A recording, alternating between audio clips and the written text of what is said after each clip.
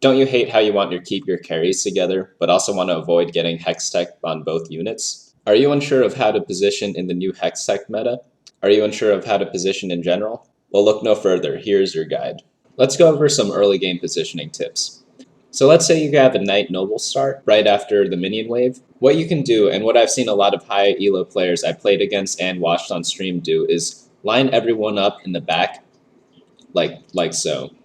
Sometimes some people go into a corner, some people stay in the middle, but the reason why you want to set up all the way in the back is so that one person does not get focused immediately off the bat. For example, if you do the Y formation, which was pretty popular maybe a couple weeks ago, you'll notice that sometimes a lot of people focus either one of your frontliners, in this case Mordekaiser or Garen, and that focus fire leads to less damage for you overall because you'd rather have them split their damage on both Mordekaiser and Garen.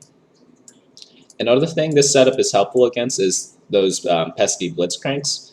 You're always protecting your Vayne and Lucian in this build because Mordekaiser is going to get hooked if Blitzcrank's on the right side, and Garen's going to get hooked if Blitzcrank is on the left side. So this is the optimal setup against Blitzcrank. If you are against Assassins, more optimal setup would be putting one person in the corner, but generally in the beginning levels, not many people have more than one Assassin, so generally the setup's fine, because if Kha'Zix jumps over here, he'll likely attack Mordekaiser once he walks up over there. Other early game tips is that you do want to watch out for where their castings are. So say there's a casting on the right side, you'll want to move your Garen to the left and have Mordekaiser on the right-hand side, because Garen's spell is much more impactful than Mordekaiser. That should cover up most of the threats for the early game. So let's move towards the middle game. Let's say you got maybe a Noble Knight start and you also add in a couple of Rangers. So let's go ahead and look for, let's say Varus or Ashe. We'll add Varus, and maybe you get another level 2 Darius, perhaps.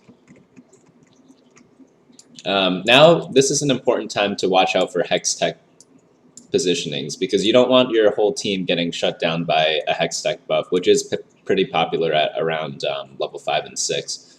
So let's go ahead and add some items. Where are the items? Okay, there they are. Let's say you have an Ionic Spark on Lucian, and maybe one more item at this stage. Maybe one Static Shiv on Varus, since you are going Rangers.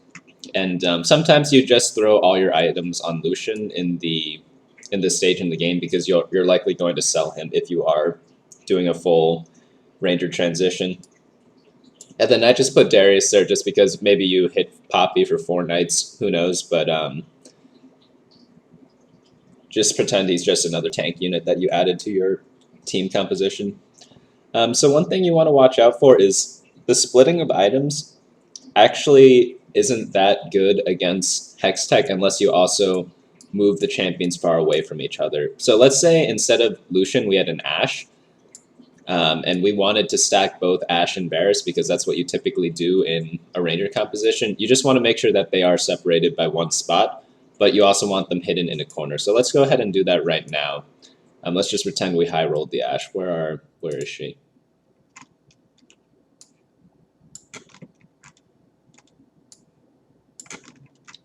So we have the Ashe over there. Let's throw the Ludenzek on her and get rid of Lucian.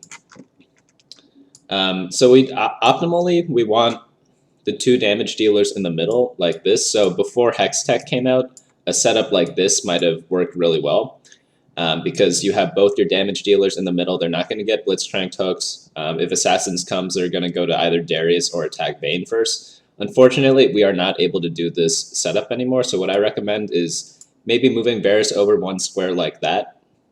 And that way they're both protected by Vayne and Darius still from the Assassins and Blitzcrank, but they're also still centrally located that they can hit pretty much anyone in range, so they don't have to walk too much.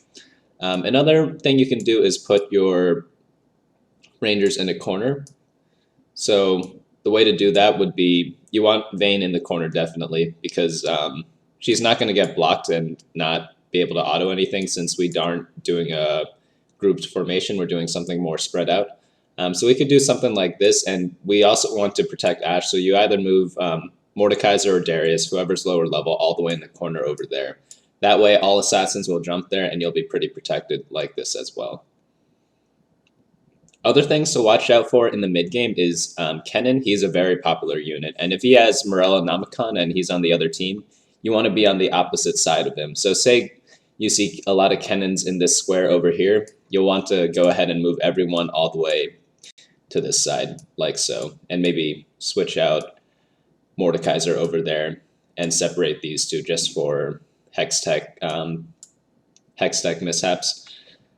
So you just want to scout around, look for the Kennens, look for the Morganas, anyone with a strong AoE ultimates, and spread out likewise. There are some times where you do want to group together.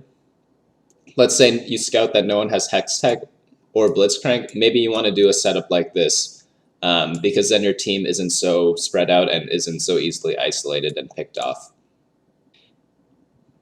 Against spellcasters, you do want to spread out as well. So say the enemy has a Cho'Gath, you definitely want to have some distance between your Vayne and Ashe. Maybe even go across the map likewise, or like so. This is important against champions like Cho'Gath, Sejuani, etc. And that should cover what we will most likely go against in the mid game. The next thing we're going to go over is the late game. This team is a little more developed. We added the Sejuani and the Poppy, so we have 4 knights going on here, and we also have all 4 of our rangers. So one trick I have realized with playing rangers in this patch is not to stack your items on Kindred, because you want Kindred to be in between your high priority units, and if Kindred has items, they're all going to get Hextech. For example, if we set up like this, and let's say we had a static Shiv on Kindred right there, 1 Hextech on Kindred shuts down our entire team.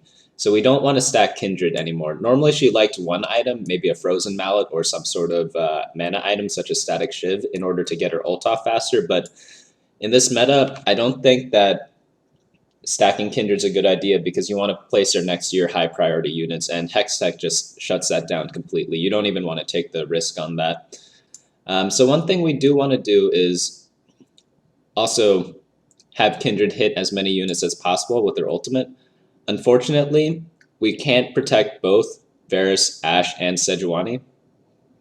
So we can only choose 2 out of the 3. So we could either place Kindred in the middle right there, and we also have Garen and Vayne on the side for all the assassins. But say we want to protect our front line. Maybe we are set up on the left-hand side because we saw that there are a lot of cannons on the right. Something we want to do here is maybe put Kindred up there, Vayne in the corner, and then maybe Ashe over here or over here. I generally like having Ashe all the way in the back, just because she is longer range. We'd actually probably switch these 2 around because Ashe is more high priority, but this is something that we could do if we want to protect both Sejuani and Ashe. Leaving Poppy and Garen in the corners is fine because it might bait out Aesol ults or Cho'Gath ults on faraway targets. Another useful trick is that since during the fight Garen walks all the way up, Cho'Gath's no longer going to ult in that area. And maybe let's say we stacked our Vayne instead of our Varus. So let's take these items off. Maybe Vayne has double Rage Blade, for example. You could put Varus in the corner, and he's not going to move from his spot. So even though he's far away, he's still going to be attacking and not walking up like how Garen does. So this baits out a lot of Sejuani ults and Cho'Gath ults that just hit only Varus and maybe Poppy over there. So this is a good setup. But again, you have to scout your opponents and see what they're up to. So the scenarios we covered earlier were much easier because we were doing Knights and Rangers. So something that's a lot trickier is what do we do with Knights and Guardians? So let's go ahead and find a Guardian setup over here. So you want to put Braum towards the center because he has a big shield and he blocks a lot of abilities that protects your backline. Something such as like a Varus arrow, he's going to block that if you put him more towards the center. That's why you want to put Leona in the corner up like there, and Braum over here because you want to hit 2 units with the double buff while also having the Braum shield in the front. Notice how we also protect our Ashe with Vayne on the side and Varus on the side, and Mordekaiser in the back there. The reason why we put Varus in the back corner is because he has higher range, so even though we'd rather have Vayne get hooked, Vayne might get stuck in this corner because Kindred and Ashe aren't going to move, and Vayne might end up doing nothing all game. That's why we want Varus in the back there. Sejuani, we obviously want her to get the double buff because she has most of our items, she's probably our tankiest person, and she's probably the person we want focused the most. Kindred, you want to have centrally located. Right now she's going to hit Sejuani, Leona, Ashe, and Varus. She likely won't hit Braum because Braum is probably going to walk up over here. And this setup's also useful against assassins because we have pretty long range, so if they're set up on the right side over here, Ashe and Varus aren't going to move, and the assassins might jump over here by where Mordekaiser is. And we definitely want Mordekaiser in the back all the way here, because if we set up like this, a Blitzcrank on the right corner can still hit our Vayne, and that's why we place Vayne up one square and Mordekaiser in the back. Alternatively, if you are facing a lot of assassins, you could put Mordekaiser in the corner there, and all the assassins on the right-hand side are going to end up jumping to Mordekaiser, giving your team a lot of time to focus down their primary targets and be protected and safe. Another scenario is, what do we do if we have a stack Kindred and maybe not 4 Knights, we have more damage-oriented characters such as Aatrox and Anivia, and 4 Glacials? How do we set that up from there? We have a bait in the corner still, and Vayne on the right-hand side because we always want to protect Ashe and Varus because they're higher priority than Vayne. And although we can't protect both the Kindred and the Ashe, having Ashe in the centrally located position with units on both sides of her makes her semi-protected from assassins. Let's say we have an Aatrox as well and not our Sejuani. We want to place him on the left here in order to smash teams right at the start of the game. So if many people are located on the left-hand side, you want to put Aatrox on the left there. And if most teams are located on the right side, you might switch it up and move him likewise over here. But you do not want him next to Kindred, even though he would benefit greatly from her ultimate, because we just don't want to get Hextech, and that's just a very annoying thing. Another tricky thing you can do is maybe putting Vayne in the corner there, so that she takes a random Aurelion Soul ult or Cho'Gath ult like we discussed earlier. Now let's move into some of the trickier comps, such as here we have a Sorcerer comp with 3 Sorcerers, 3 Elementals, and 2 Wilds, and also 3 Yordles. This is a pretty popular composition in the last week's meta, but it still has its uses this week as well. So what we're going to do, Kennen is a big mid-game unit we were avoiding before, but this time we can leverage him for our advantage as well. So what you want to do before every round is scout every single opponent and count how many are on the left-hand side, how many are on the right-hand side, how many are in the middle. And also be aware of where their demons are and where their Kassadins are. So if there are a lot of demons and Kassadins on the right side, but maybe on this hex over here, we might want to put the Kennen over there, and the Gnar, or maybe even the Lissandra up front to take the hits from the mana burn. Another thing we want to keep in mind when you're running Elementalist is, where does a Golem spawn? The Golem spawns randomly 1 square away from, or to the closest adjacent square of one of your Elementals. So this is the optimal setup for Elementals because you want Lissandra as bait for Blitzcrank, for example, but you also want to have Kennen in the front. So this situation's a little tricky. What ends up happening is that the Golem can either spawn here, here, here, here, here, here, or here around the Kennen. And you want to make sure that you leave us gaps for the entrance so that if the Golem spawns between Kennen and Lissandra, he can walk up to the corner there and tank for your team. For example, if you went into a composition like this, you're saying like, oh, I have 3 Yordles, they can tank in the front. If the Golem spawns in the middle row, he's going to either get stuck there or have to walk all the way around and not tank much for your team. That's why you wanted to leave a gap between your Kennen and between your Elemental so that the Golem can navigate and tank for your team. Another thing you want to do is make sure you don't put Kennen and Gnar both on the front line unless they both have Guardian Angel, because they'll just melt if you just leave everyone up there without Guardian Angel. Gnar might get away with it if he's level 2, but definitely if he's level 1, you want to place him in the back with the rest of your team and maybe only have Kennen in front or have Lissandra in front because you don't really care about Lissandra. In this composition, we also have Lulu in the left-hand side baiting. That's just protecting your entire team and maybe just sending all the assassins there for fun. And notice how we also have a card list here. If he doesn't have items, we could place him next to Ahri, but since sometimes you do want to stack him when you have the opportunity late game. So if that does arise, you just want to maybe move him 1 square to the left to avoid all Hextech nonsense that you might face. Lastly, we're going to go into either protect the Draven or protect the Jinx comps. In this scenario, I'm going to cover one where you have both Jinx and Draven.